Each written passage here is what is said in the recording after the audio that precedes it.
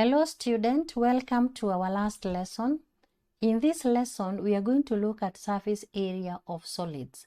Remember in our previous lesson, we were able to look at the area of a circle.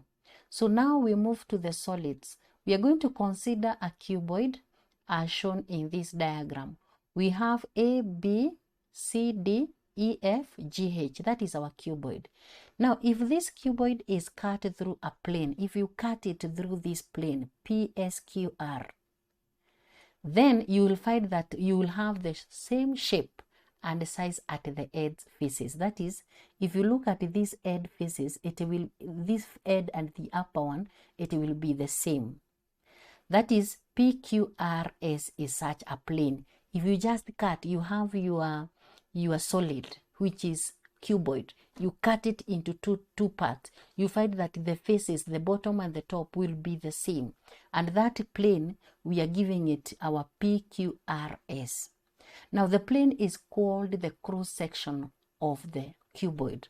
This part, PQRS, is now the cross-section of our cuboid. Now, a solid with the uniform cross-section is called a prism.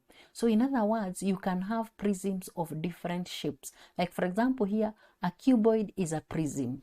You can still have a cuboid or another prism that is looking at this, where now the bottom and the top is not the same, but it is a cuboid. You can even have a triangular prism. Also, a cylinder is a prism, whose now the cross-sectional area is circular. After doing that, we have now, how do we get the surface area of a prism? Now, for us to get the surface area of the prism, we count the number of areas of the faces. For example, we have talked of this cuboid. We can still use it. Now, we want to count the number of faces. And after counting the number of faces, we get the area of each face, and then finally, to get the total area, we are going to add.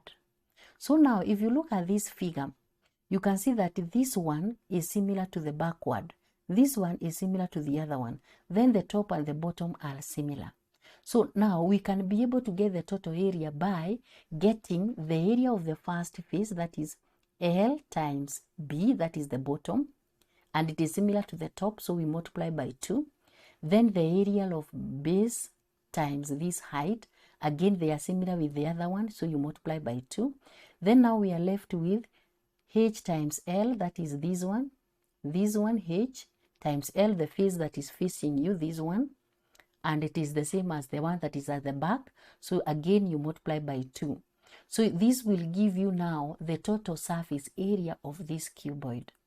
So 2 is common, you can factor it out. You have 2 into L multiplied by B plus B multiplied by H plus H multiplied by L. This is now the area of a cuboid. We can look at an example. Find the area of a cube of sides 3 centimeters. When we talk of a cube, the cube has all its sides equal. But for a cuboid, the sides are different. So we proceed as follows. We've said that for a cube, all faces are the same. So we just multiply. We have how many faces? We have 6 faces.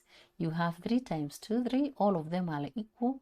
And then you multiply. So that will give you 2 times 27. That is 9 plus 9 plus 9. You get 27 times 2. You get 54 square centimeter.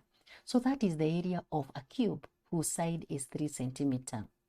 Then from there, we have the second figure. This is now, we can say that it is a triangular prism, because if you look at the cross-section area, the cross-section, it is a triangle.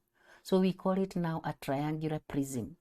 How do we get the area? Remember, the task of getting the area is now to get the area of each and every face.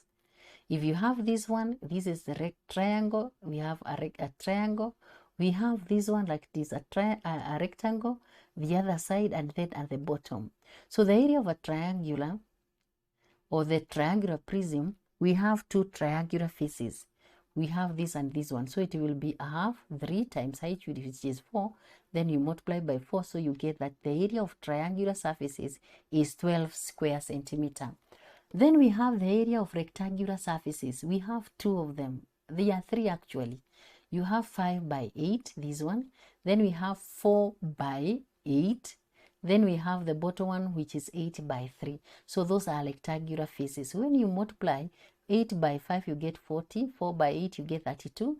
3 by 8, you get 24. So when you add, you get 96 centimeters squared. So the total surface area will be now the sum of these, all the faces, which is 12 plus 96, you get 108 square centimeter. Then we have a prism that is having a cross-sectional area which is circular. I've said that if you have a prism whose cross-sectional area is circular, then we call it a cylinder. And when you fold a piece of paper around this cylinder, around the curved surface of the cylinder, and then you open it, whatever you will get is a rectangle, or a rectangle is obtained. So it means that for a cylinder, we have the curved surface and we have the top and the bottom. We can have two cases where we have a closed cylinder, so that now we have the top and the bottom, or we have an open cylinder where we only consider the bottom part. Now, the rectangle that is formed is having breadth, which is equivalent to the circumference, and it will have the length, which is equivalent to the height of the cylinder. So the two edges are two circles, so you can be able to get the area of these two edges, which are circular. We proceed as follows. For the surface area S of the cylinder, the base radius, with the base radius R and height H is given by the surface area is the area of the curved surface plus the area of the base plus the area of the top. Remember, in here we are considering a closed cylinder. It has top and bottom. So the surface area or the curved surface is a rectangle. We have seen that it is a rectangle whose breadth is the circumference of the circle and whose height is the height of the cylinder. So the breadth will be given by the circumference, which is 2 pi r, and then multiplied by height. That will give you the area of the curved surface. Then the area of the base is pi r squared, and the area of the top, that is base and the top, is pi r squared. So when you add the two, this pi r squared plus pi r squared, you get 2 pi r squared. So 2 pi is common. You can factor it out, and then you can be able to get the simplified formula of this. But now, all what you need to do is to get 2 pi r h plus 2 pi r squared. So in case of an open cylinder, we consider the area of curved surface and the area of the bottom because we don't have the top part. Therefore, its area will be the area of curved surface plus the area of the bottom. And that will give you 2 pi RH, that is the area of the curved surface, plus the area of the bottom, which is pi r squared. So this is for the closed, this is for the open. So let us look at an example. The figure below represents half of a cylindrical piece of wood with diameter 28 centimeter and length 50 centimeter. We have the diameter 28, the length 50. Remember, this is a cylinder that is cut through the half. So it forms now, it is forming this semicircular cylindrical. What is the surface area of the wood? So we proceed as follows. The area of semicircle surfaces, these parts, remember there are two. It will be the angle that is obtained here, which is 180 over 360, then pi r squared, then we multiply by 2 because we have two faces. And this will be 180 over 360 times 22 over 7. Then the radius, it will be 14 because the diameter is 28. And by so doing, when you multiply that, you get that the value is 616 square centimeter. Now we have the area of curved surface. The area of curved surface will be the circumference of this part and the height. So we need to get now, because this is half the circumference of the whole circle, you need to divide by 2.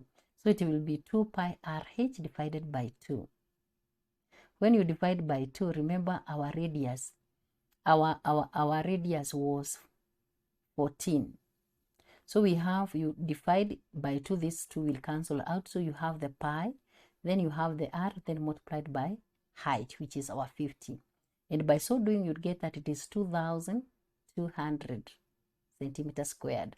After getting that, we remember we have now a rectangle at the top. And the area of this rectangle will be 28 by 50. You get 1,400 square centimeter. So the total surface area of this figure will be 616, this value, plus 2,200 plus 1,400. You get that it is 4,216 square centimeter. So note that we are getting the area of each face and then we are getting the sum to get the total area. From there, we still have another irregular shape, or we can be able to get the area of irregular shapes. The area of irregular shape cannot be accurately calculated. We can only estimate. And how do we estimate? First of all, you have to draw that irregular shape on a grid of unit squares. Then you count the number of full squares enclosed by the figure. After counting the full squares, then you count all the partially. When we talk of partially, we are saying the squares that are incomplete, the partially enclosed unit squares, and divide by 2. Why are we dividing by 2? Because these partially filled squares are treated as half of unit square. So we are dividing by 2 so that now we can get the number of full squares. After dividing by 2, you get the sum of these two. That is the sum of partially filled divided by 2 and the sum of full squares.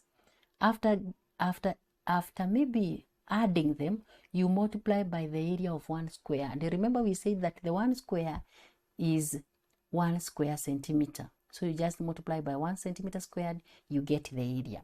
We can do an example. Estimate the area of the figure shown here. This is our figure. Already it is drawn on a grid of 1 squares, all squares that are equivalent to unit squares, or 1 centimeter squared. In other words, I'm saying the area of this square is 1 centimeter squared. So we proceed as the way we have been guided here. First of all, we count the number of full squares. If you count, in our case, we have only 1, 2, 1, 2. Then partially enclosed, we can start from here. We have the smaller one here. 1, 2, 3, 4, 5, 6, 7, 8, 9, 10, 11. So again, we can say it's 1, 2, 3, 4, 5, 6, 7, 8, 9, 10, and 11. So they are 11 partially enclosed. This 11 we are supposed to divide by 2. And then after dividing by 2, you add our full square. By adding, you get 2. Then this 11 plus divided by 2 is 5.5. You add, you get 7.5. And because the area of one square is 1 centimeter squared, you multiply by 1 centimeter squared, you get that the total area is 7.5 centimeters squared. From there, we have the assignment. Again, the assignment is testing all what we have just covered. So make sure that you practice a lot. In mathematics, you have to practice. You have to do it. You don't just need to listen. You need to do all those calculations that we have explained. Then after that, you prepare for the end of topic exam. So thank you, and let us meet in another topic.